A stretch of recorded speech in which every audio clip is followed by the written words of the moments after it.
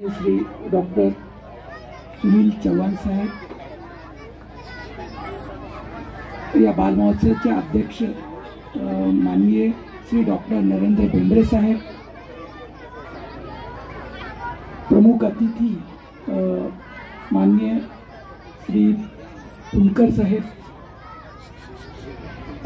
आपल्या शिक्षण विभागाचे प्रशासन अधिकारी साहेब, तसेच सर्व मान्यवर जे उपस्थित आहेत आपल्या सन्माननीय व्यासपीठावरती,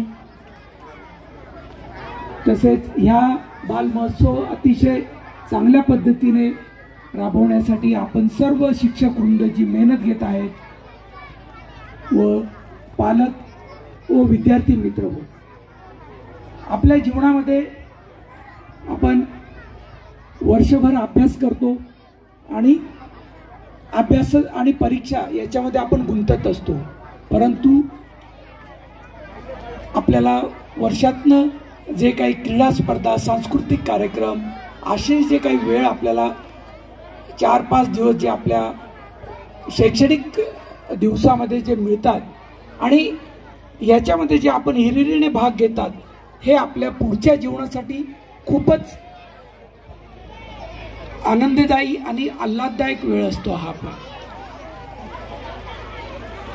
हे आपल्या शैक्षणिक जीवनामध्ये दररोज आपण अभ्यास, पिरियड्स आणि हा सर्व ताणतणाव आपण सहन करत असतो, परंतु या दरम्यान जर आपल्याला खेळण्यासाठी वेळ देता आला आणि सांस्कृतिक कार्यक्रमासाठी वेळ देता आला तर आपल्या जीवनामध्ये निश्चितच चांगल्या पद्धतीने आपली जडणघडण होत असते।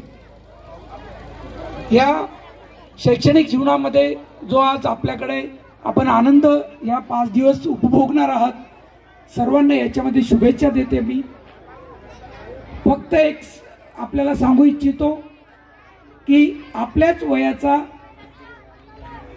7-8 वर्ष वयाचा मणी म्हणून एक विद्यार्थी, ज्याने सांस्कृतिक कार्यक्रमामध्ये, गाण्यांमध्ये इंडियन आयडॉलचं त्याने पदक जिंकलं, त्याच प्रकारे ह्याच वर्षी एक वैभव सूर्यवंशी नावाचा विद्यार्थी जो 13 वर्षाचा आहे, त्याने क्रिकेटमध्ये त्याला 1 करोडचं पॅकेज त्याला मिळालं 1-2 महिने IPL क्रिकेट खेळण्यासाठी।